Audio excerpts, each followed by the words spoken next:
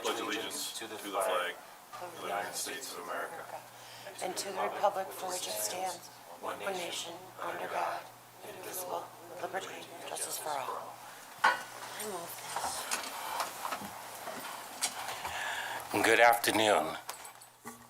Before we begin, we'd like to remind everyone of the ground rules. Of the ground rules for town hall meetings. Please note the fire exits in case of an emergency. Calmly and quickly walk toward the exits. Do not run. Do not use the elevators. The restrooms are located to my right in the hallway. We will follow the order of the agenda. The agenda is located on the table near the entrance. I would like to remind everyone of the ground rules for public input as outlined by town code. The town board welcomes public input and reserves time at every meeting for this purpose. When it is your turn to speak, please step to the lectern, speak into the mic, and clearly give your name and address. The meetings are recorded and broadcast on our website, Facebook, YouTube, Roku, and other platforms. It is important to speak into the mic so that the viewers at home may hear you. Each speaker has 3 minutes to address the comments to the town board, staff, department heads. It is up to the board to grant an extension if needed. All speakers must respectfully conduct themselves appropriately.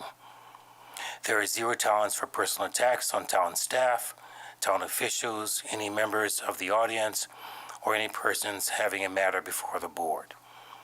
If a speaker does not meet these expectations, there is time to speak, will immediately be terminated. The time to speak will immediately be terminated. Please address all questions and comments to the town supervisor. Please understand that the public input period is not designed to be a discussion and the board will not respond directly to anything stated. The town board exercises the right to invite guests to present information on subjects that we, the public at large, need to learn about, be informed of, get updates on particular subjects, programs, events, and areas of interest in an open public meeting. The town board will determine the time the speaker will present on a case-by-case basis. I will ask Madam Clerk to keep the time and will advise each speaker when their time is concluded. Madam Clerk, can you please read the roll? Supervisor Evans. Here. Councilwoman Cunningham. Here. Councilman Malone. Present. Councilman Perticone. Here. Councilman Weiner. Here. Attorney for the town. Here.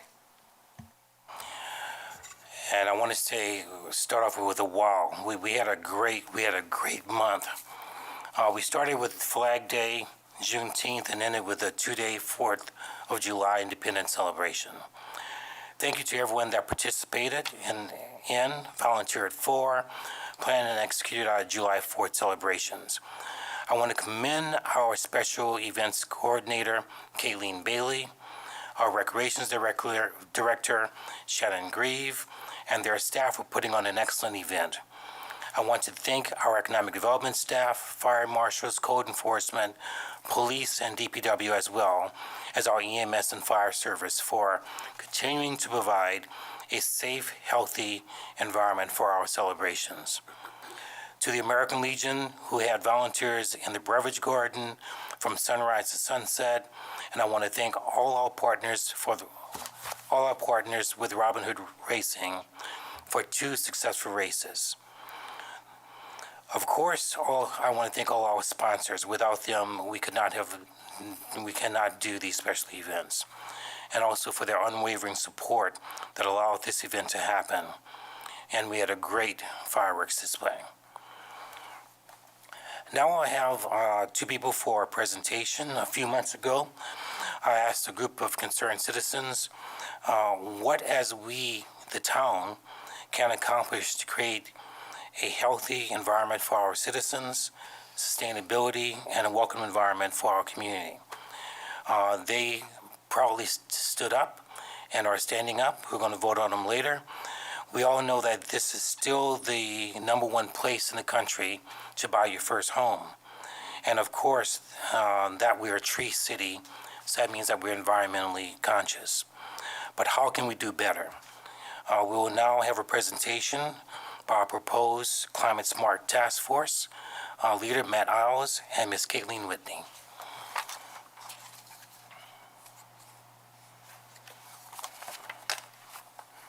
Hello. My name is Matt Isles. I'm here today at the invitation of the supervisor. He got to know me partly due to my involvement with a couple neighborhood associations and community groups. I'm sorry, can you state your name and your address? Yes, I'm sorry. Matthew Isles, 80 Montclair Drive.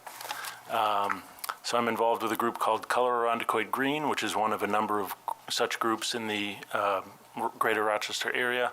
And then another group I'm involved with is Walk Bike Irondequoit. So through these activities, I got to know the supervisor, and he asked me and some others to be part of an ad hoc advisory group to provide some recommendations to the town about how to improve its sustainability. And we came up with a set of recommendations, which you may have. If not, I can email those to all of you, all of which are merely suggestions, but the supervisor later asked us to help form this new committee or task force. And so I and Caitlin are two of the proposed members. And I guess I'll turn it over to Caitlin so she can introduce herself, and then I'll briefly describe our recommendations. Hi, I'm Dr. Caitlin Stack Whitney. I live at 96 Covington Road in Irondequoit, so right off St. Paul Street. I'm an environmental studies professor at RIT, and I did buy my first home here in Irondequoit in 2017. And so I care deeply about the environment and thinking about how our town can be more sustainable, but also more inclusive while doing that. So personally, the things that I work on for work are more focused on how to make sure that environmental movements and solutions are equitable, in particular for people with disabilities. And so I'm involved in Color Irondequoit Green also, and Matt invited me to be part of this effort. So I'm just going to make a brief statement describing the work of the advisory group. So I'm just going to read from the paper. Thank you. The recent ad hoc Irondequoit Sustainability Advisory Group, convened by Supervisor Evans, has recommended reforming a Climate Smart Communities Task Force to advance the town's sustainability and climate preparedness efforts. The new committee would be focused on achieving a silver designation from the Climate Smart Communities program, building on the town's current and past initiatives, including the achievement of the bronze certification last year. The committee would seek to identify and provide advice to the town about necessary actions required to achieve that silver designation, thereby reinforcing Irondequoit's commitment to a sustainable future. Few cities or towns in the state have achieved this certification, so gaining that level would be a significant achievement for the town. A key role of the committee would be to locate and assist in securing grant funding from county, state, federal, and private sources. The committee would collaborate closely with the town departments and staff to help identify eligible projects, prepare grant applications, and manage awarded funds effectively, ensuring that Irondequoit can undertake significant sustainability initiatives. By focusing on the silver certification and securing grant funding, the Climate Smart Communities Task Force would be focused on helping Irondequoit enhance its sustainability and bring sustainable and substantial financial benefits to the town. Projects such as expanding electric vehicle infrastructure, promoting active transportation, and improving energy efficiency in municipal buildings would contribute to a healthier, more sustainable community. The committee's efforts would seek to improve the quality of life for residents while attracting new businesses and residents to the area. Thank you. And if you have any questions, we'd be happy to try to answer them. Any questions from the board? Well, yeah, I guess there's Or a comments? question. And I saw the task force that's put together. Is there room for students as well? This might be, we were involved just recently with a cleanup. We know Right. how our students are really, really passionate about this. For sure, yeah. I think we'd be open to that. I have spoken to Superintendent Johnson about that this past spring. I think when I spoke to him, it was a difficult time for students. They were busy preparing for Sure. finals and end of the year, so he couldn't recommend anyone at that time, but he said he'd be happy to work with us on that. So I think that would be a welcome Yeah, I thing. think like a quick just like this presentation to both the school boards. I'd be happy might to, be yeah. Yeah, might be a a nice way to kind of introduce it. Great. Perfect. And we've also had interest from East Arundecoit to work with their student body also. Yeah, So and that's- I did say both, so, yes. Great. Yeah, we'd love to. Yep. Any other questions? And thank you very much. Okay, Thank thank you. you. Thanks, everyone. And now we have our department heads update. Mr. Costanza? Good afternoon, Town Board. From the Assessor's Office, the 2024 final roll was posted on the Arundecoit website on July 28th. It's due to the citizens by 1 July, so we met that metric. As we posted the legal notice in the affidavit as well. The Assessor's annual report due to the county and state is due mid-July. That's on track. The Did You Know video series that we wanted to start a couple months ago, but had to wait till the tentative roll and final roll were completed, is going to commence on or about 1 August. And it'll be in a series of informative videos that we'll post on the website to help citizens understand the assessment process, taxation, and things of that nature, and the whole process writ large. Pending any questions, that's all I have. Thank you. Madam? Madam Commissioner? Hello? Yes, thank you, Mr. Supervisor. We're in the heat of summer, so we're still working on our road improvement program. So we had finished up oil and stone. We did 3 weeks of that, and now we are moving on to back into our cycle of milling and paving. And we are looking at this workshop this month. We're looking to award the reconstruction of the Bellhurst Pump Station. We are also finishing on the Seneca Road reconstruction, and the Titus Ave sidewalk is also underway, as well as our larger projects throughout the Camp Eastman and the Backyard project are also underway. You can see a lot of forward progress on those, which is very exciting, and yeah, that's about it. Thank you. Any questions or comments? Mr. Director? Yes, thank you, Mr. Supervisor. This month, we'll present a number of resolutions, which include a provisional hire for a building inspector. We'll also be presenting a resolution for discussion for the town board to consider demolishing an unsafe structure at 95 Lake Bluff Road via Section 104 of the Town Code. We're in the process of working with the state of New York on a number of different programs at this point that are fairly labor intensive. Those include the FEMA floodplain recertification, along with the rewrite of Town Code Section 136, which will be open for public input. We will potentially need to rewrite Town Code Section 98 after discussing some things with the state of New York. That would be the Building and Fire Prevention Code. We also are in the process of continuing our efforts with the local waterfront revitalization program, working closely with the Commissioner of Public Works on that. In terms of large projects, you've probably noticed the Aldi 1733 Eastridge has been completed. It was issued a temporary C of O as they worked through a couple of punch list items before giving their final C of O. Statistically, 108 building permits were issued last month. 185 construction inspections were performed. That's about 9 per workday. It's over $1 million in new construction activity here in town. Our code enforcement office saw 168 complaints in the month of June. 70 of those were grass complaints, which is a 50% decrease since May. So our efforts in working with the DPW have obviously been noticed, and they have been successful. Right now, our code enforcement officer, which is a solo position, performed 289 inspections last month. That's an average of 15 per day. So to say that they are efficient in their job would be probably an understatement.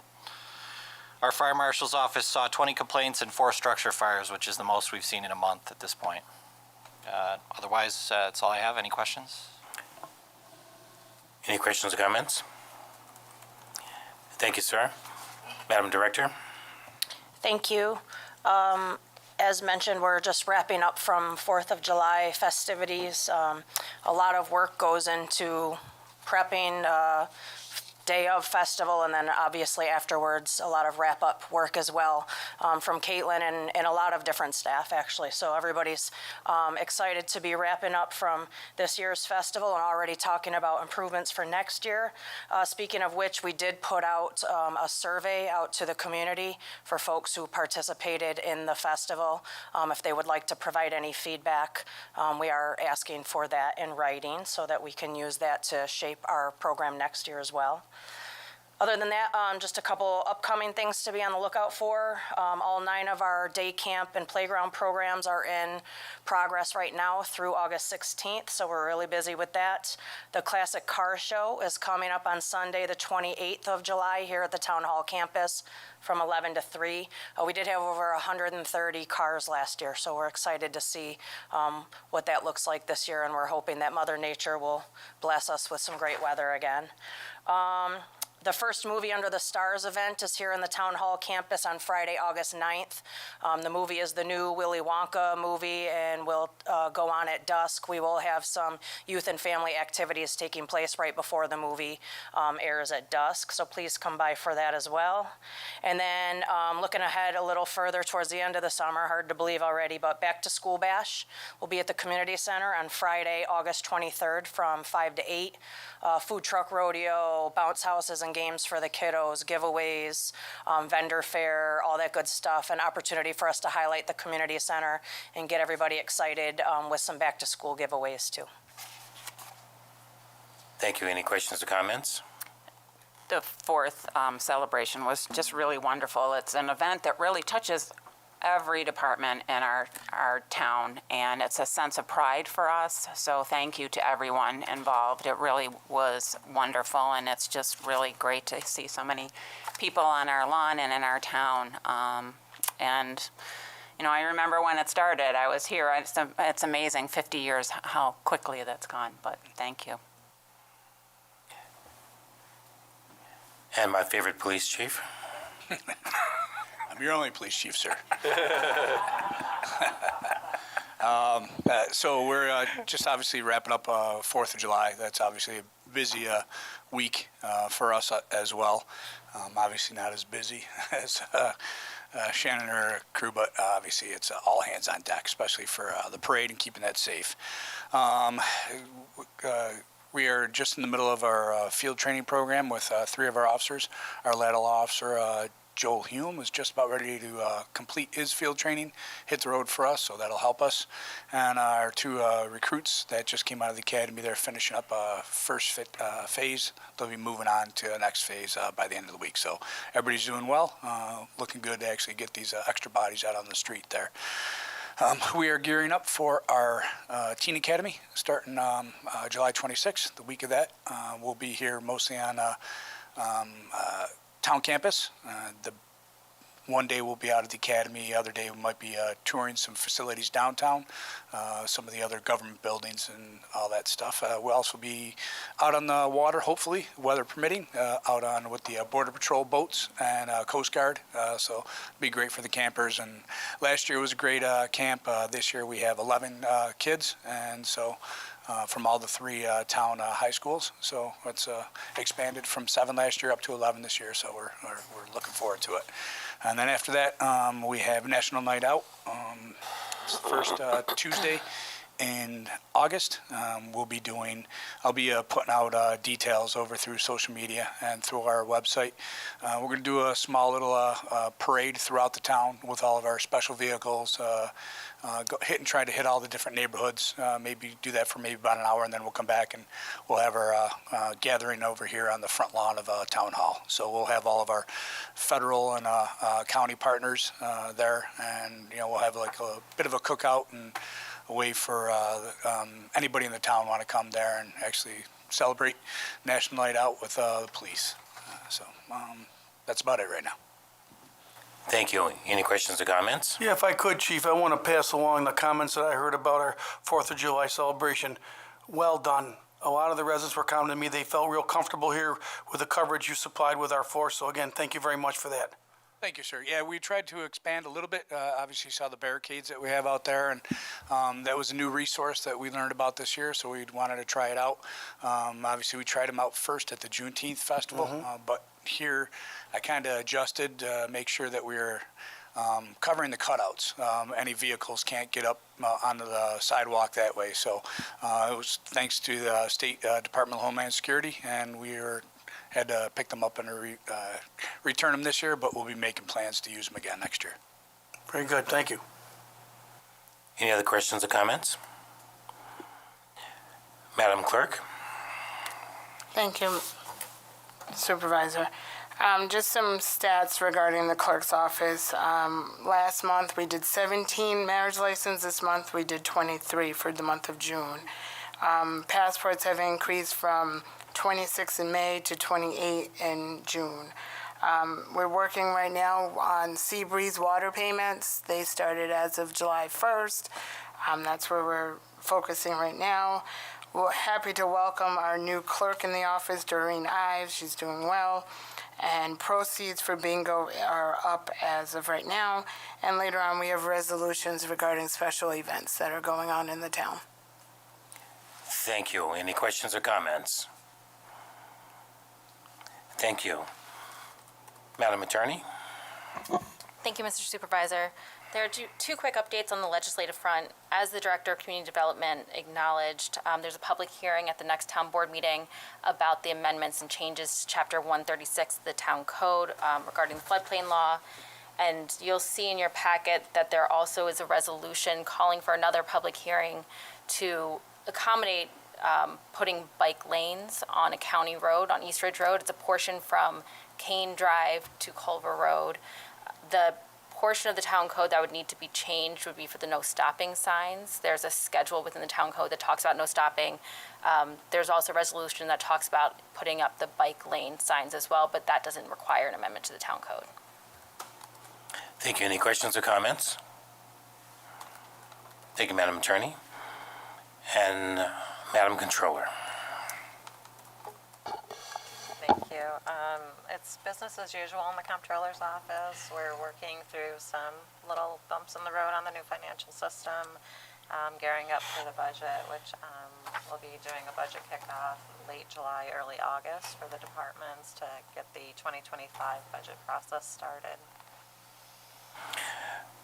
I just want to say I want to thank all the employees for their understanding while we work those payroll and finance issues, and I really appreciate their patience while we improve our system.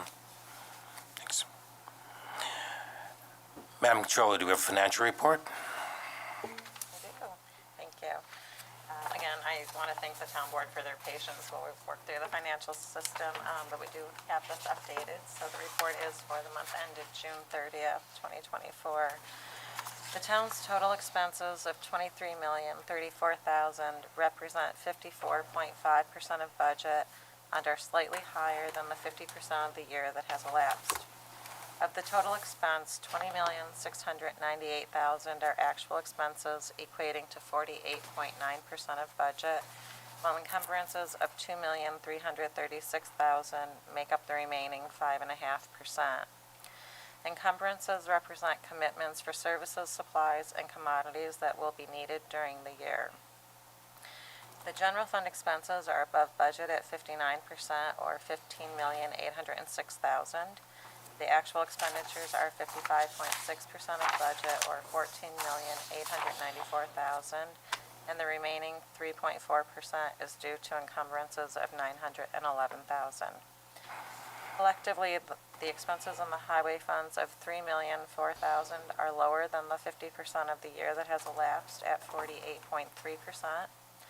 Actual expenses within the highway funds are 31.1% of budget, or $1,935,000, and encumbrances of $1,069,000 account for the remaining 17.2%. Encumbrances within the highway funds include paving materials and services, and oil and stoning materials, fuel, and surface treatment. Expenditures in the library fund are lower than budget at $1,380,000, or 48.3%, Included in the expenses is serial bond payments of $485,000 for the library facility. The sewer fund expenses of $1,941,000 are 47.3% of budget. Actual expenses equate to 40% of budget, or $1,640,000, while encumbrances of $302,000 account for the remaining 7.3%. Expenses in the stormwater drainage are approximately 31.8% of budget, a total of $299,000. Actual expenses are $252,000, or 26.8% of budget, while encumbrances account for 5%. Actual expenditures, excluding encumbrances, are below the 50% of the year elapsed. Actual townwide expenses represent 48.9% of budget, and actual expenses for the consolidated highway fund are 31.1%, and the sewer fund 40%. The general fund actual expenses are over the percent of the year that has elapsed, but include the streetlight purchase of $2.6 million, which finalized earlier this year. Without this expenditure, the general fund actual expenses are $12,272,000, or 45.8% of budget. The general fund has received revenue of $17,004,000, or 63.9% of budget. At the end of June, 100% of real estate tax of $12,790,000 has been collected. 102% of payment in lieu of tax revenue is in. An additional $25,000 is due in October. 2 months of sales tax totaling $1,047,000, or 15.6%, have been received to date. Other major revenue sources, such as franchise cable fees, mortgage tax, and AIM payments, are due later in the year. The total town revenue and appropriated fund balance for the first half of the year equate to $30,089,000, or 72.2%. Real estate taxes across funds are $19,279,000. At month end, the library has recorded $2,787,000, or 97.9%. 83.5, or $5,043,000 of revenue has been verified by the highway funds. The sewer fund has documented $3,793,000, or 98.7% of revenue. Stormwater drainage has received 100.7 of its budgeted revenue at $946,000. The third page of the financial report presents the second quarter year-to-date summary in comparison to the prior 6 years. Regarding expenditures by fund, which are included on the top third of the page, the percent of total budget spent and encumbered is 54.5%, which is slightly higher than previous years. The middle third of the page contains the relevant sources of revenue for the general fund, and the bottom third of the page are the year-to-date revenue comparisons for other funds, with the last line reflecting the total collective revenue and fund balance for the town. The 2024 general fund revenue of 63.9% is on par with prior years, as is the townwide revenue of 72.2%. Fluctuations occur year to year due to timing of cash receipts. The town has received our full allocation of American Rescue funds totaling $22,455,000. The use of this funding is restricted for the response to and relief of COVID-19 and must be allocated no later than December 31st, 2024 and expended by December 31st, 2026. To date, approximately $21,800,000, or 97.3%, has been allocated to projects. Roughly $13,725,000, or 61.1%, has been expended to date, and an additional $683,000, or 3%, is encumbered for various projects. This concludes the financial report for the month of June. Thank you. Madam Clerk, we have a public hearing. Sorry, we have several items for review for the town board meeting. Madam Clerk, can you read the first item?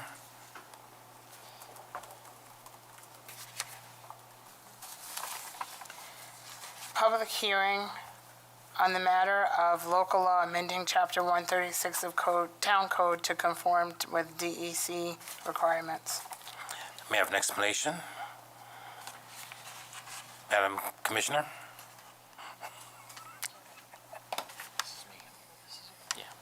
I could speak to that. This is in relation to the changes required by FEMA and the DEC to amend our floodplain management legislation. The language required by the state is what's written into the code and ensures that we comply with the updated federal floodplain management designations. Any questions or comments? Madam Clerk, can you read the next item? Next item would be the resolution adopting a local law amending Chapter 136 of Town Code to conform with New York State DEC requirements. Okay. Okay. Have an explanation? Let's see, wait 1 second.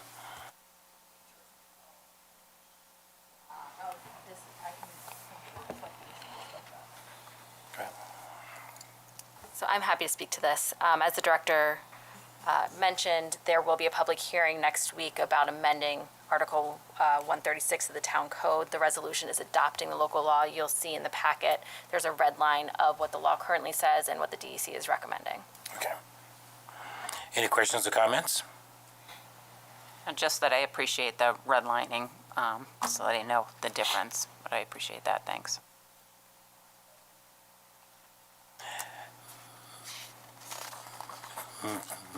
Please read the next item. Next item, appointments.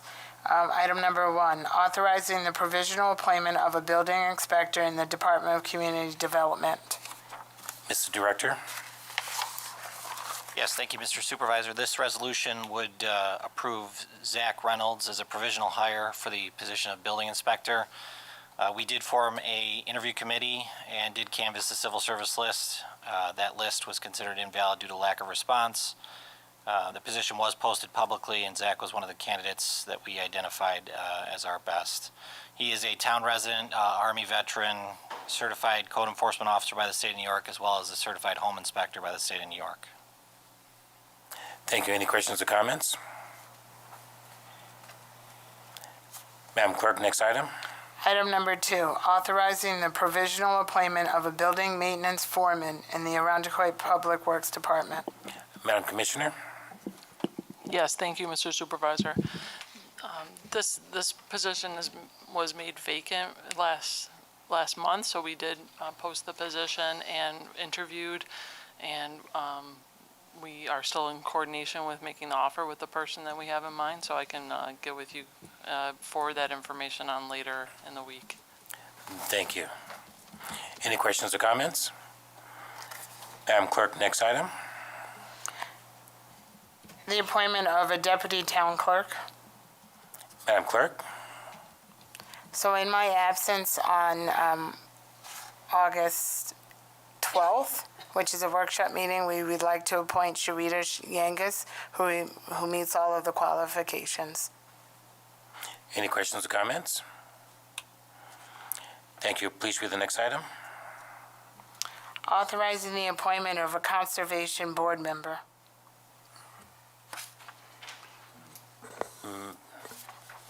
Thank you, Mr. Secretary? Thank you, Mr. Supervisor. We would like to recommend the appointment of Katie Jackal. Ms. Jackal comes to us with experience from New York State DEC regarding environmental impacts, as well as using our GIS system and creating maps in our GIS showing environmental impacts. After interviewing, we recommend her to be a good fit for our Conservation Board. Thank you. Any Thank you. questions or comments? Madam Clerk, next item. Did I miss the custodian item? Yes. It wasn't called. There should be a custodian and a building maintenance foreman. Oh, sorry. That's on the agenda. I missed it. I didn't see, I saw the custodian in the packet, but I didn't see the reso for the building maintenance foreman in there. Okay, Madam Commissioner, can you read the custodian, please? Yes, of course, with the, we've had some recent retirement within the. 1 second. Madam Clerk, can you read the resolution? Authorizing the provisional appointment of a custodian in the building maintenance department. Madam Commissioner? Yeah, we've had some retirement and turnover you. within the building maintenance department, so this resolution would onboard a custodian to the department to help maintain our town facilities. Any questions or comments? Okay. Madam Clerk, next item. Appointing new members to the Climate Smart Task Force. I'll take that one. We heard from two of the members today. The goal is to look at the climate smart and get to the next level. And I think the people that we have selected so far, as well as several pending members, are all in the profession, professionally, and I think it will be a good addition to work. We're going to work it as opposed to appointing department heads. They can work on ad hoc, so as they move along the agenda, they'll work with whatever department head is there, and we'll have myself and also a member of the town, employee of the town, as permanent members also of that commission. Any questions or comments? Please read the next item, Madam Clerk. Assessors, authorizing a settlement agreement with Rite Aid number 4894, Kame Arundecoit LLC. Mr. Assessor?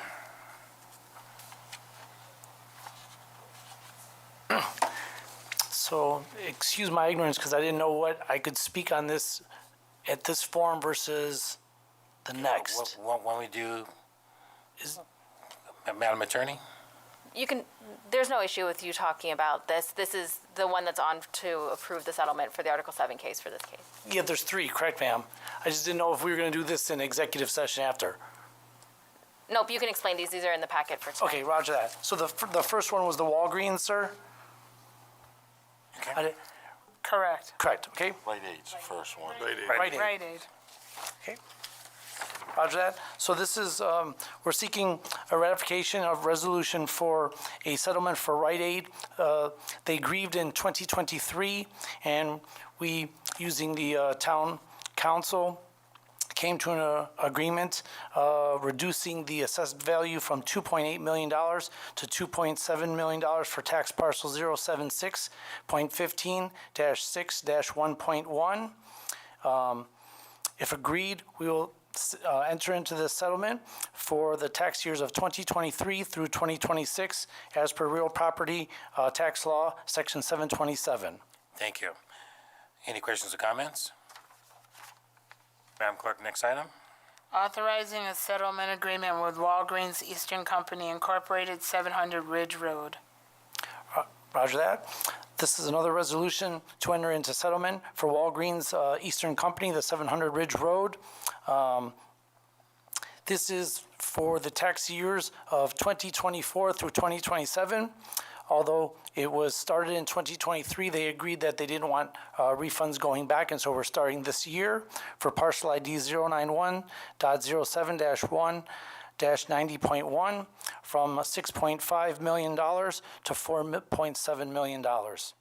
Thank you. Any questions or comments? I mean, that's a big difference. I got $2.2 million. Correct. How did you come up with that? Did you do the appraisal? Did you have an appraiser do it? I have all that available, yes, sir. I did the analysis for it. It is all right here. Because the Walgreens down the road's appraised at $6 million, so that seems like a very low number to me. Correct. And I'm ready to speak to that whenever. Go ahead. Okay.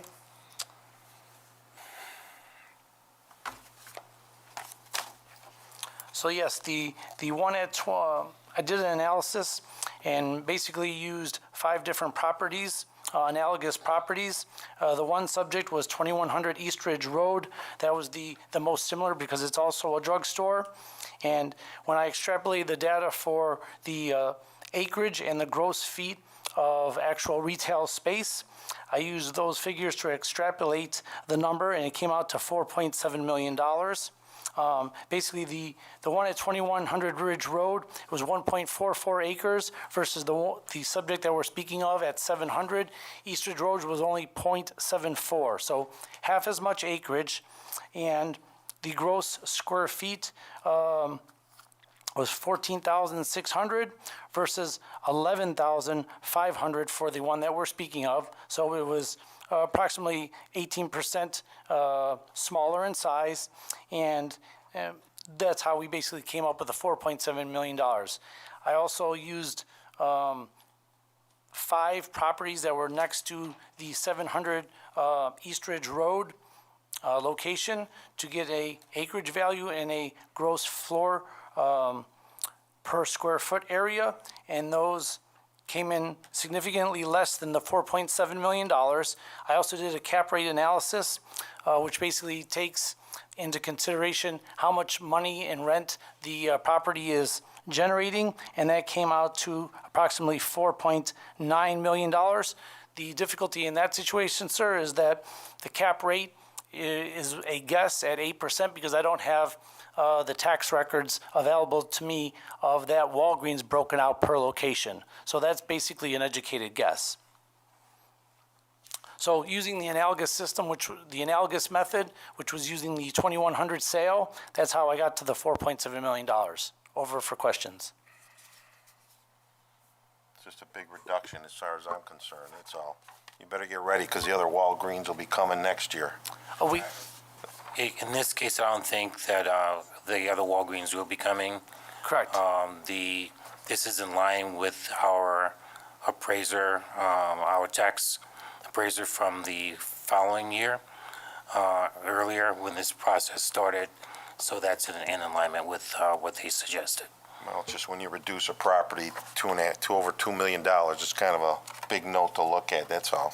It's something to look at, but it's in line with everything else that was published on this property.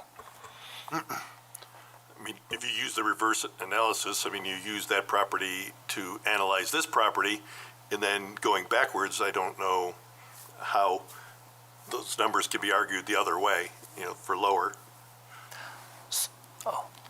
I'm not sure what you mean by that. What I'm saying is you're saying, John's saying the other Walgreens are going to come in and grieve their assessment, but you use their values to create the value of this one. Correct. So now that these both correlate amongst the two of each other, they can't go back and say you lowered that one and now therefore mine is, but it was a direct correlation to the size and scope of the one that may grieve in the future. That is correct. So what all I'm saying is that they're going to be hard pressed to argue that theirs should be lowered if they compare it to their one that we used to compare it the other direction. Yeah, I'll be surprised if there is I'll be shocked actually if there is a comeback. I mean, to be based on the acreage, the size of the building, and like you said, some of the sales volumes, I think those seem like all reasonable variables that you use to calculate the assessment. And unless they come back and tell you something different, Well, may grieve it anyway. It remains to be seen, but I guarantee they're going to they'll be here. The taxpayers got to make up a lot of money on this one, that's all. It's a big difference. Yeah, I don't think the taxpayer has to make up the money on this. This is in line with the linear track of the value of the property. So it's in line with linear track, it's in line with our independent assessor that we hired to do the tax assessment for last year. So this is also in line with the other store. So there's no loss here to the taxpayer. I mean, Walgreens came in and grieved this, right? It's not like you could just disavow the grievance and just say. This was more than a grievance, sir. This was a grievance that extended into an Article 7, which was court litigation starting in 2023. And the good thing is we don't have, when Mr. Franco, the council and I came to an agreement, we did the best thing for the town such that there's no refunds going back in time, because that would have cost the town $11,000 in retroactive taxes given back rebate, but that did not happen, sir. Right. I mean, all I'm saying is Walgreens brought this forward. We had to do an analysis. The analysis proved what the value was. It was agreed upon, and the fact of the matter is that it was a significant reduction, but that is not due to any. Right. Yeah, the main thing I want to cover anything is with facts. This is not a loss to the taxpayer. That's the main thing. Any other questions or comments?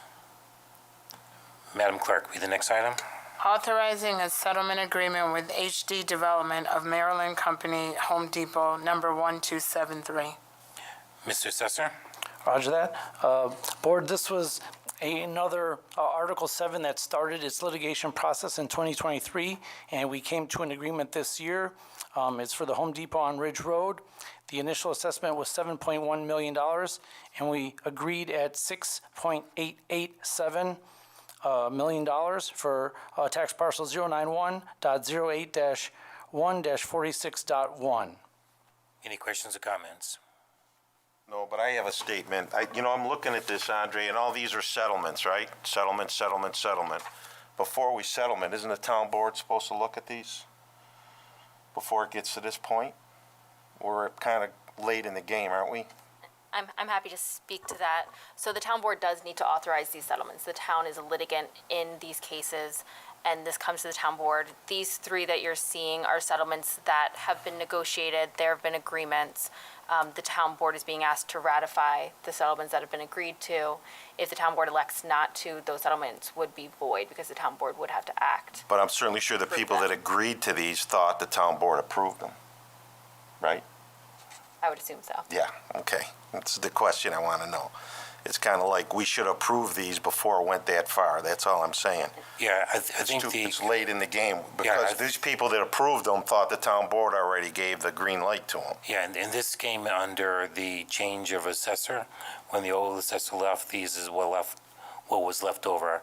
So this is a change of administration, change of assessor. So for people at home, it's not that anything was jumped over. It was just simply the assessor left. You have new administration coming in, and the process continued.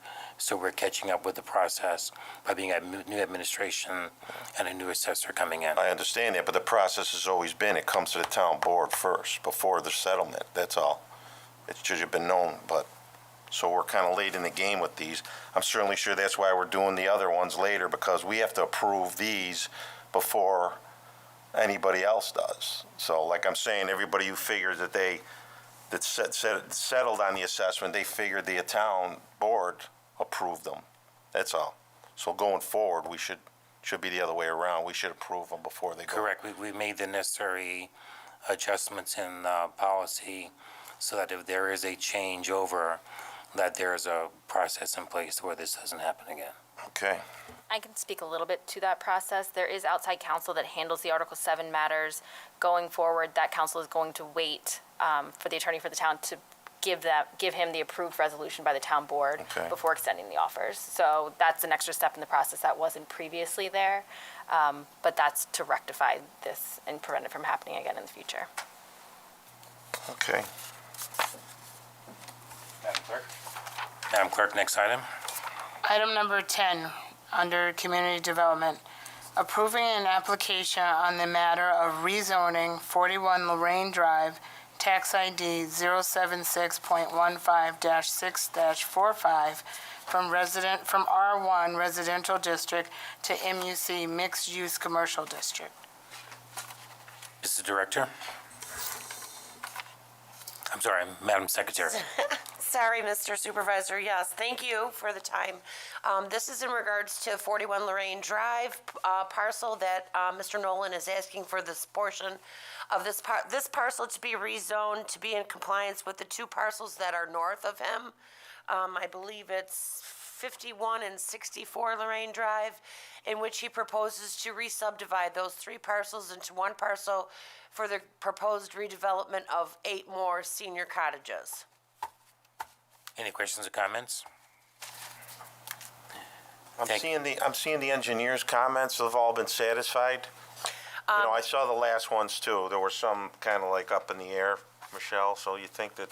I was pretty sure that they deemed their second letter, I believe it's Yeah, I saw the second ladder, that's, deeming it complete. yeah, okay, so everything's complete as of right now, okay. Yes, and again, this is just for the rezoning, and any additional development for this site will have to come back to the planning board for site plan approval. Okay, thank you. You're welcome. Any other questions or comments? Madam Clerk, next item. Item number 11, authorizing the demolition and removal of an unsafe building. Mr. Director? Yeah, this is for the town board's consideration to remove a structure at 95 Lake Bluff Drive. I will ask for the town attorney's input along with the police chief's input on this discussion here. But just to kind of preface it, this property is a nuisance to the neighborhood. We do hear regularly from the people who live nearby that it is a problem. It does meet the requirements of Town Code Section 104 for removal after consideration by the town board. I did prepare a report regarding the structural instability of the building, including photos and descriptions. It is a derelict property. It has been posted not to be occupied. We've had several issues in the past with the residents of this location entering the structure when it's been deemed unsafe to do so. So we feel that it's in the best interest of the town, along with the residents of that neighborhood, to remove this structure at this time because we don't see there to be any other action to take. Chief?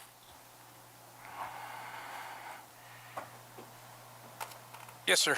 This has been a location I've been dealing with since I started last January. The property has been posted. There's been agreements put in place to have fixes put in place. It's been over a year and a half now, and nothing's been done to the property other than let it sit and become more derelict. We get calls all the time for the owner supposedly trespassing on the property. He says it's to do work, but we actually had to go there about a month ago. We had gotten calls from the neighbors saying that they were illegally inside. When we got there, we didn't see any sign that anybody was inside, other than the fact that a large infestation of flies were on the inside of the windows, thinking that there might be something else in there, maybe checking the welfare on somebody's health. We actually kicked the door in and went inside, cleared the location, found nobody inside, but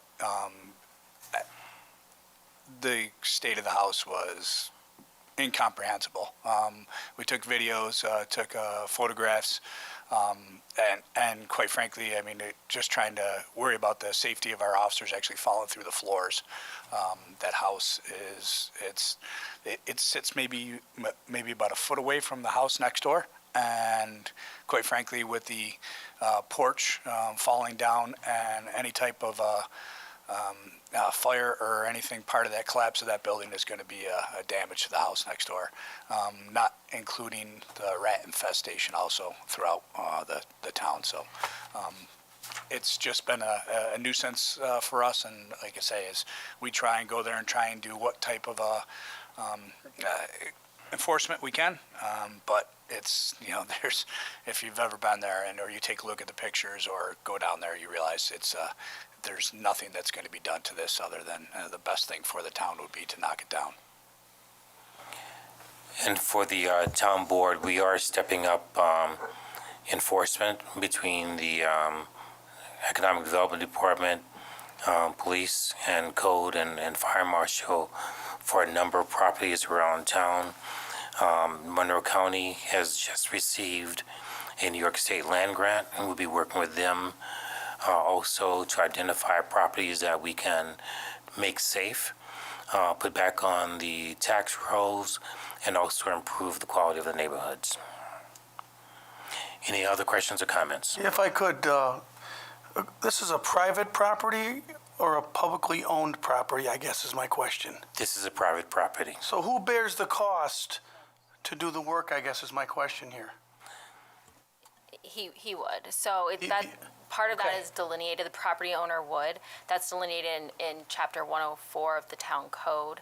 He would have to be provided notice. If the town board opts to demolish the property after reviewing the investigation and report, the property owner would have to be provided notice and have an opportunity to be heard by the board. Part of that notice would tell him and inform him that the cost of the demolition or repair would be passed along to him. Okay, thank you.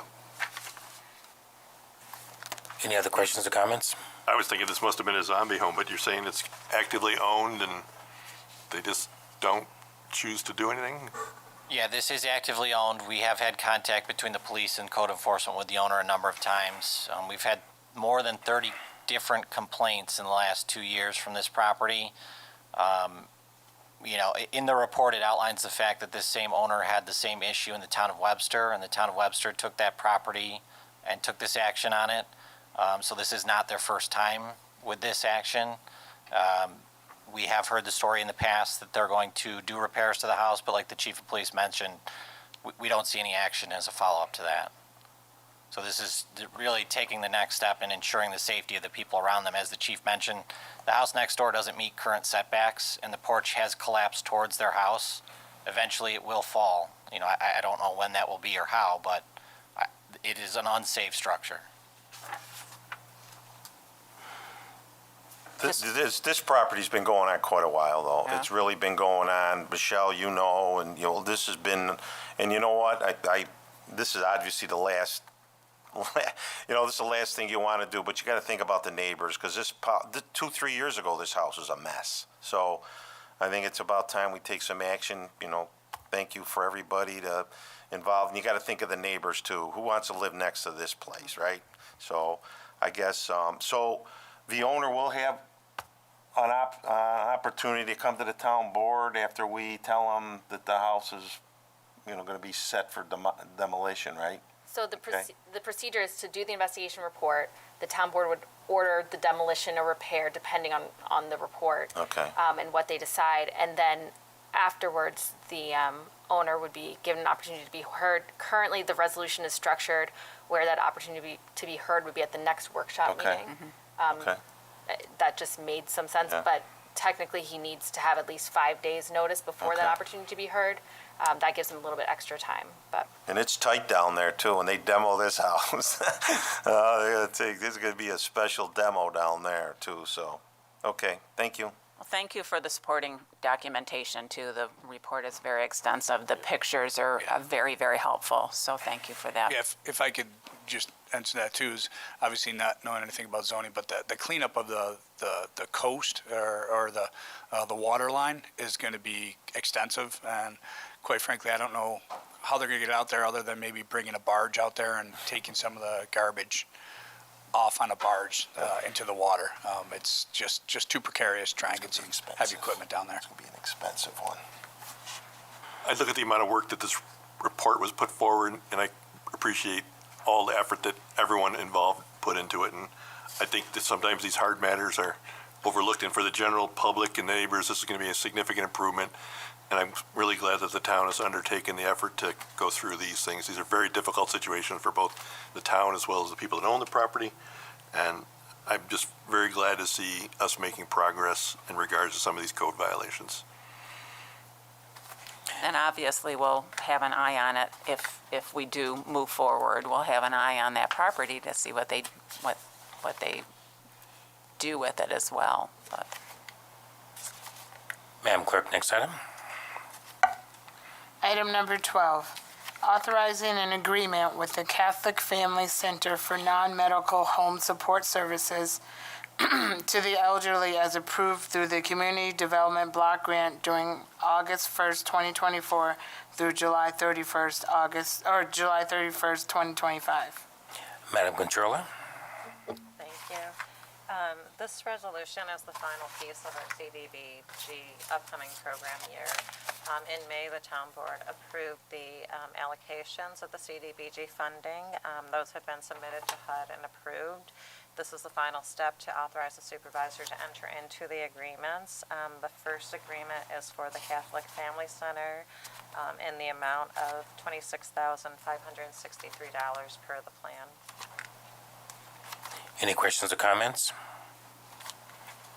Madam Clerk. Authorizing an agreement with the Housing Council at Pathstone for housing counseling services to low and moderate income residents as approved through the Community Development Block Grant during August 1st, 2024 through July 31st, 2025. Madam Controller. Thank you. So this is the second resolution, again, authorizing a contract for use of the CDBG allocation that we received from HUD. This will authorize the contract with Housing Council at Pathstone in the amount of $26,563. Any questions or comments? Madam Clerk. Item number 14, authorizing an agreement with the Arundecoit Community Cupboard to provide healthy food choices to low-income residents as approved through the Community Development Block Grant during August 1st, 2024 through July 31st, 2025. Madam Controller? Thank you. This is the next contract to be approved for the Arundecoit Community Cupboard to provide healthy food choices to residents of Arundecoit. Again, this was part of the initial CDBG plan. This dollar amount on the contract is $24,500. Any questions or comments? Madam Clerk? Item number 15, authorizing an agreement with Lifespan of Greater Rochester Incorporated for transportation services to the elderly as approved through the Community Development Block Grant during August 1st, 2024 through July 31st, 2025. Madam Controller? This would authorize the contract with Lifespan of Greater Rochester for transportation services for our elderly residents as approved by the CDBG program. The amount of this contract is $32,245. Any questions or comments? Just a comment, thank you for this entire process. I appreciated being involved in the beginning, and this is really is needed services for our residents, transportation, food, housing, safe housing. So I really appreciate your leadership. And I also want to say thank you very much for your involvement, and if there is a project for each town board member, getting involved is why we're here. Madam Clerk, read the next item.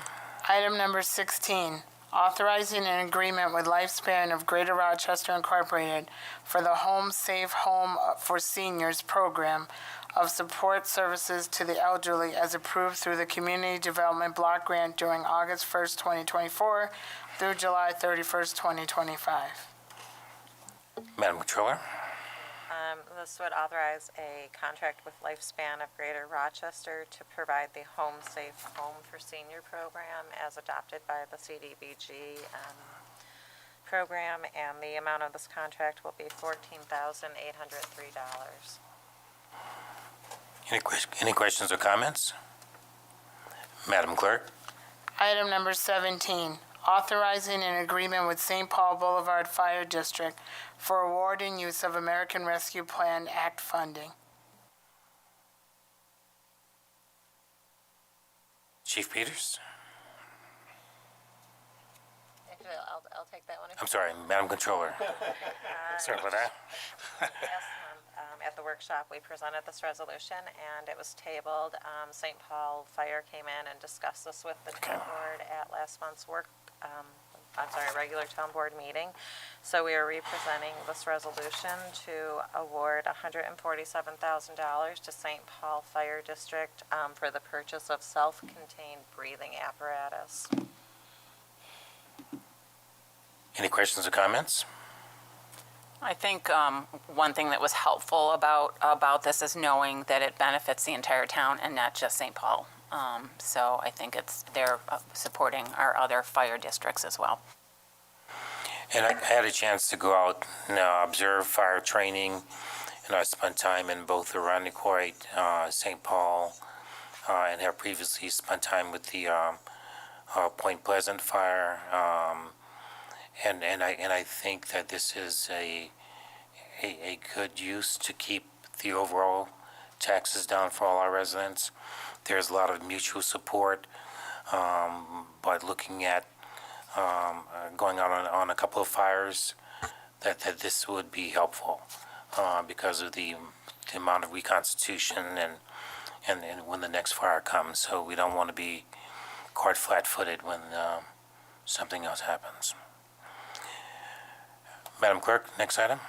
We did have a walk-in, so it'll be number 18. Authorizing a donation from special events to St. Catherine Parish.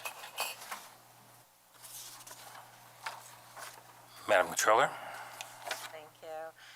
This resolution would authorize a donation to be made to St. Catherine Parish in appreciation of the use of their parking lot and building for town events. Supervisor? Yes. I believe we discussed that there was going to be a larger discussion on this matter before we introduced it to the board. About where the funding sources might come from? Yes.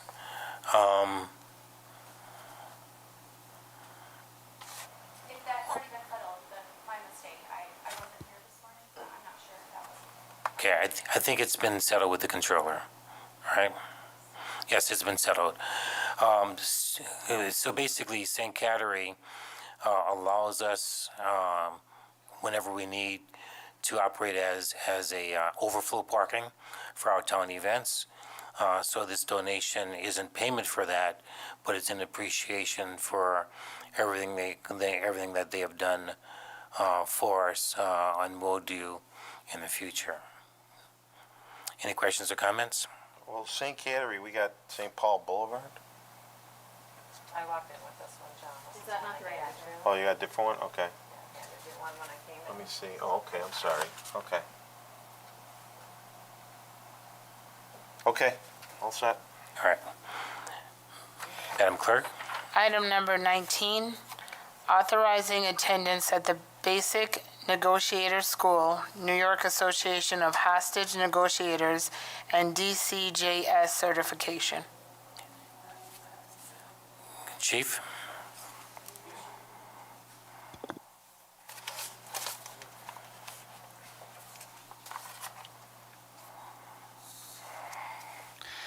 Yeah, this is for one of our police officers to attend the basic hostage negotiator school held in Canandaigua. It'll be a DCJS certified course. Obviously, we're always looking to keep our numbers up on negotiators.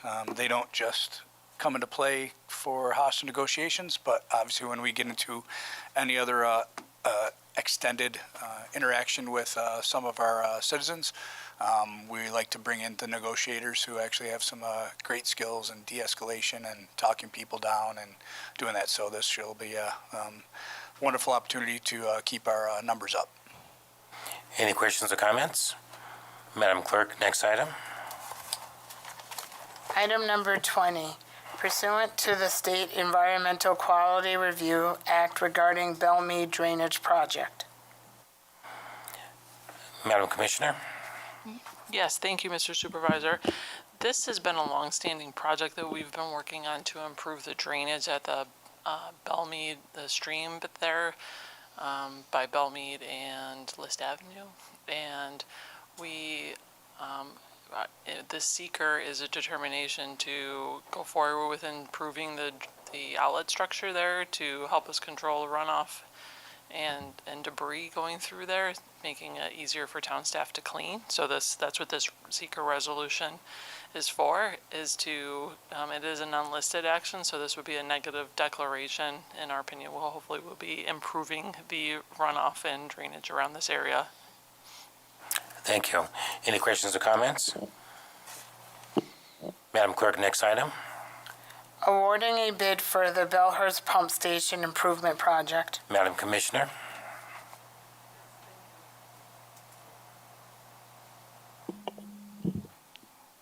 This resolution would award Rock Earth the Bellhurst Pump Station Revitalization Project.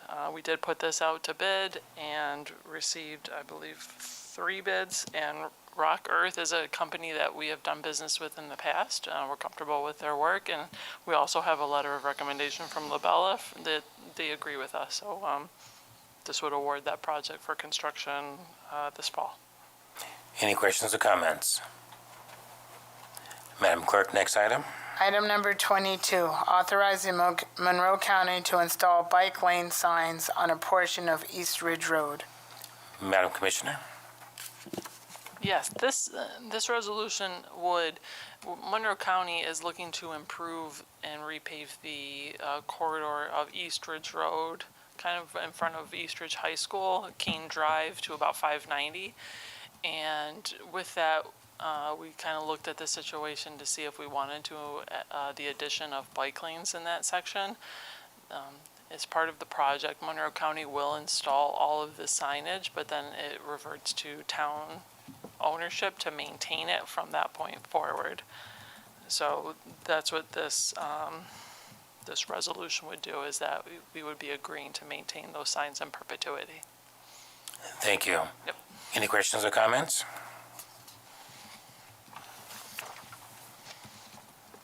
I have one question. What would be the cost of maintaining those signs on average per year? Or is it more of a 5-year, 10-year? I would say it's hard to estimate that. It would be, you know, if signs got damaged and such like that, the long term, the newer signs and materials that are used last a pretty long time. So just in the short term, it would be more if they got impacted. All right. Yeah. Thank you very much. Any other questions or comments? Madam Clerk, next item. Item number 23, calling for a public hearing on a local law amending Article 7 of Chapter 222 of Town Code relating to the installation of no stopping signs. Madam Commissioner? This is to go along with the previous resolution with the bike lane signage. So this is just to conform with the requirements that Monroe County looks for on the no stopping signage, to change it within our town code. Any questions or comments? Madam Clerk, next item. We had another walk-in, item number 24. And it would be a resolution abandoning interest in an easement. Madam Commissioner? Yes, back in 2014, I believe, the Aldi's on Hudson Avenue was a site plan that was approved, and at that time, the site plan contemplated a town dedication of sanitary sewer easement, a stormwater easement, as well as a road dedication. And town staff at the time, it was contemplated that there would be future development behind Aldi's, in which case those types of things, when there's more than one business or homeowner, you know, interest into a sanitary sewer or road, that's usually when the town would take dedication. So this never happened with Aldi's when it was built on Hudson Avenue. So here we are many years later, and obviously we see that no other development has happened on this property. So so this resolution just acknowledges and amends that we would not take dedication of this road or this stormwater or sanitary easements because it's just not our policy. We do not, you know, to us, it's considered a lateral to this business alone. And this is just a different contemplation from the original site plan. Thank you. You got anything else, Tracy? The only thing that I would add is that typically there would be an agreement between the town and the property owner about the easement that was contemplated at the time, and it was never executed. So there is no easement on file with the town, on file with the county clerk. There was never an agreement that either party entered into. So this is acknowledging that even though it was part of the approved site plan, the town never took ownership or dedication of the road or easement. Any questions or comments? Yeah, the only question I have for council, what happens if down the road something wants to change? Is that a problem if somebody wants to develop back there and reinstate this? My understanding is that the dedication of easements to the town comes at the recommendation of the highway superintendent. So if there is a development, and correct me if I'm wrong here, but if there is a development where the stormwater pipe would be used by multiple businesses or other residences, it's at that time for the site plan approval, the planning board would be made aware that the town wants to take dedication of that easement, and it would be appropriate at that time. Okay, thank you. Any other questions or comments? Madam Clerk? Item number 25, authorizing security upgrades and associated transfer of funds. Judge, you want to speak to this? It's good seeing you today. Thank you. I'm Judge Valentino. I'm just here briefly. Judge Whitman DeVoe is here. Judge Green was here. He had to leave. He actually is doing court right now, so he couldn't stay. This will be brief. The judges are preparing from the court a report and future request for the board to consider increasing our security.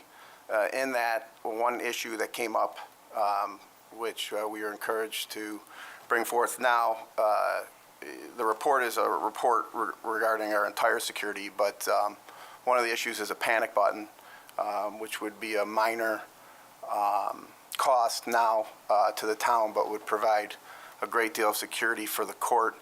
It's an emergency panic button. It's something that we would have to talk to Chief Peters about, because it would involve his officers, and the department. Courts do have them. Other courts have them, and we're hoping to put one in our court. It's just a button underneath the desk for the judge or clerk to push, just in case there's an emergency inside a court that our security, our court security, might not be able to handle. It's an emergency button. It's not something that's going to be pressed every week. In fact, our court security does a great job. But the reality is we have a lot of people in court, and we only have so many security officers. So what this panic button would do is that if somebody, the judge or clerk, thought that it was needed, an emergency, or court security thought that it was needed, it would be pressed, and then the alarm would go down to the police department. If there are police officers there, they would hopefully come up as soon as they can. Really, this is about response time more than anything. I mean, we could send someone running down the stairs, but this would be a quicker response if we did have something like a panic button. So that's why we're hoping that this could be done this year as opposed to in next year's budget, and that's why we're hoping to have the resolution on for today. And for the public viewing, there was an incident in court where this was needed.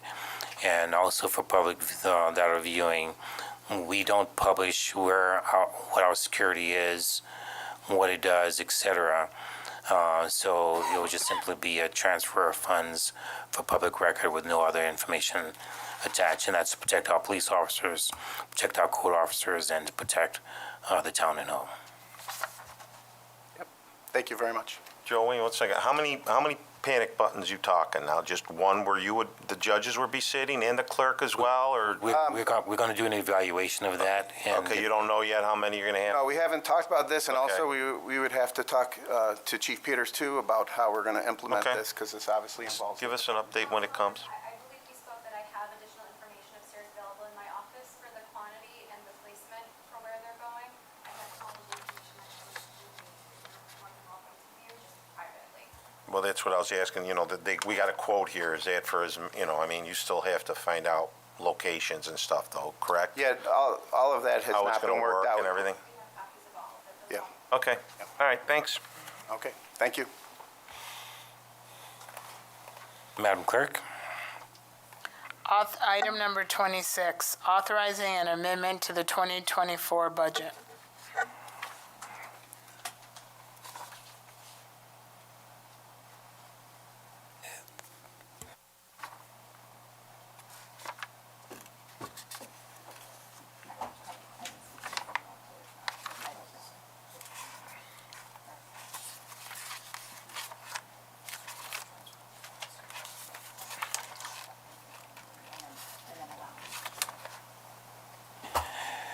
So for our Skyview, for our New York Restore, they received grant.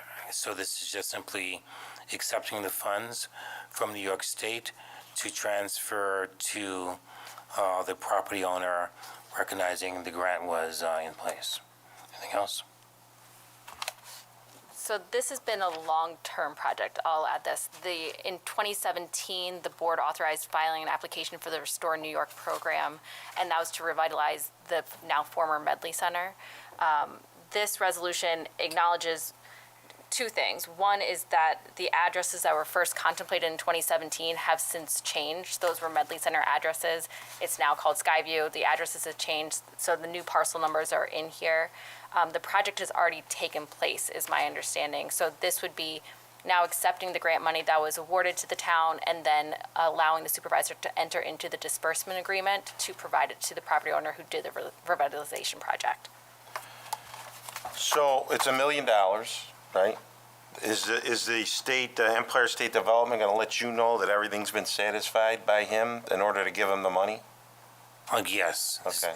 Do you know if that's taken place yet, Andre, or not? We went through most of the paperwork, and with the exception of, I think we're waiting for the attorney letter, Okay. which is the last phase of what we have to do. So basically, they got to give us the green light before Andres can give the money to him, right? Correct. 'Cause, I mean, I was there while this was going. I'm certainly sure it's some of the facades that they did on the north and south side of and maybe some interior stuff. I'm looking at the contractors that were involved there, because I was there. So that's what I just want to make sure that before we let the money go, to make sure that, Yeah, because correct. I see a lot of grantee on here, you know what I mean? He had a lot of responsibility before he got this money, so it must have been maybe a grant, but he had to put some of his own in as well, too, so that's just what I'm looking at, so, okay. That's all I want to make sure that before you let anything go, that you get the green light. Correct. Okay, thank you. Madam Clerk? Item number 27, approving the special event license for Yellow Jacket Racing Fleet Feet's Rochester Half Marathon and 5K. Madam Clerk? So this is an annual event that will be held this year, September 15th. All approvals are in, and we're just asking that you approve it. Any questions or comments? I don't envy those runners needing to run up Thomas Avenue. I've done it. It's not fun. Madam Clerk? Item number 28, authorizing the special event license for the St. Josephat Ukrainian Catholic Church Annual Ukrainian Festival. Madam Clerk? So this is also an annual event that will take place August 15th through August 21st. All approvals are in, and we're just asking that you approve this resolution. Thank you.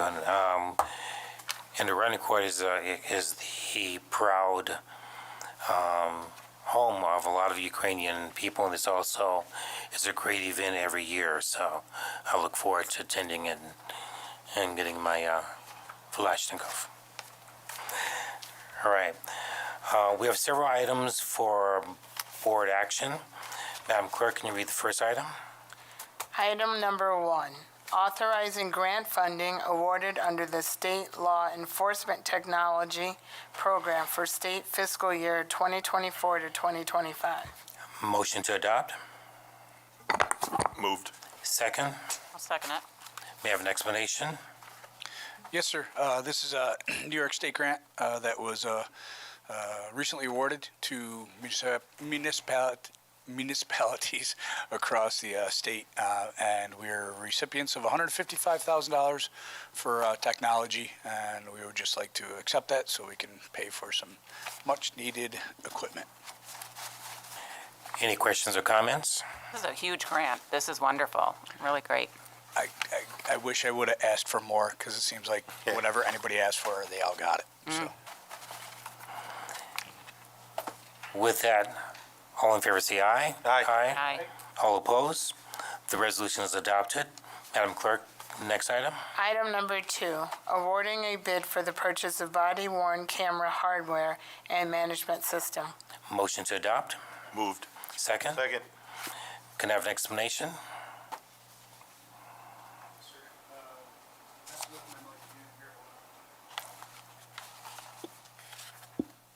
There we go. Yes, we recently put out a second bid for our body-worn cameras. Our body-worn cameras right now are over 5 years old. They are at the end of their useful life. The batteries are starting to swell, and we do not have any extras at this point. So we put out a bid in the fall. We had to put the bid out a second time just to make sure that we had the right number of cameras. With this law enforcement technology grant, we were able to, we were going to implement a pool system where officers would sign out a new camera each day. They would be assigned to them through the sergeants. With this law enforcement technology grant, we'll be able to actually purchase enough cameras for every single officer, including myself, so that we will have them for a good 5 years. After 3 years, we wanted all the cameras to be refreshed through the contract, and We also wanted a couple things that were specific just to this Motorola grant that we wanted. First thing is obviously it's Motorola. Their name is second to none. Second thing was removable batteries. Right now, there is no way to actually change the batteries on most body-worn cameras, and especially when an officer is working a double shift, the batteries usually die halfway through the shift. So here, Motorola actually offers a camera that can actually just remove the battery, and nothing else inside the camera is an officer can't tamper with it. So Motorola's came in, we did testing all throughout the year from about 5 different companies, and Motorola's actually came in as a qualifying bid, the only one that actually was able to meet all of our qualifications.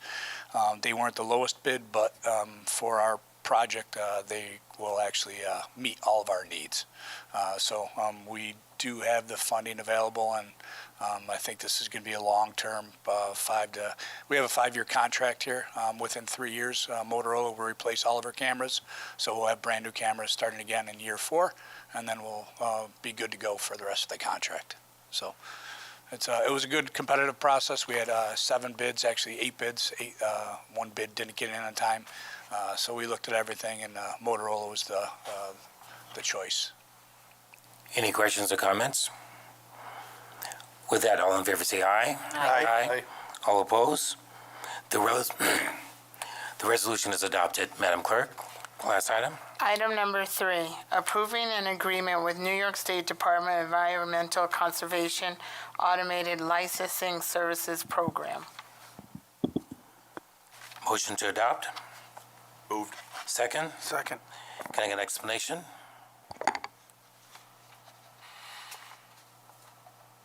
So with this resolution, it would allow the supervisor and the clerk to enter an agreement with New York State on their new policy regarding licenses.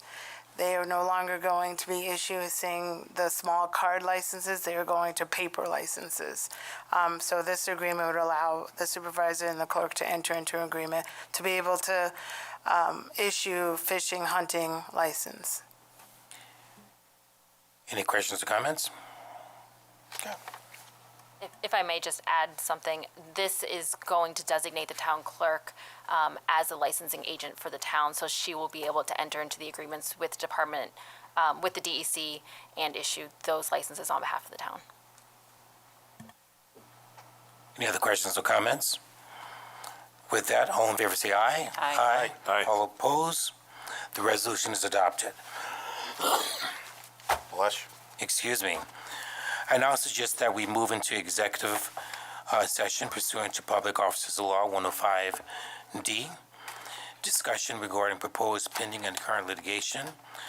And I'll ask the tax assessor and chief of staff to join me, and all other staff is relieved. Can I get a motion? I move it. Second? Second. All in favor? Aye. Aye. Aye. All opposed? Executive session. Thank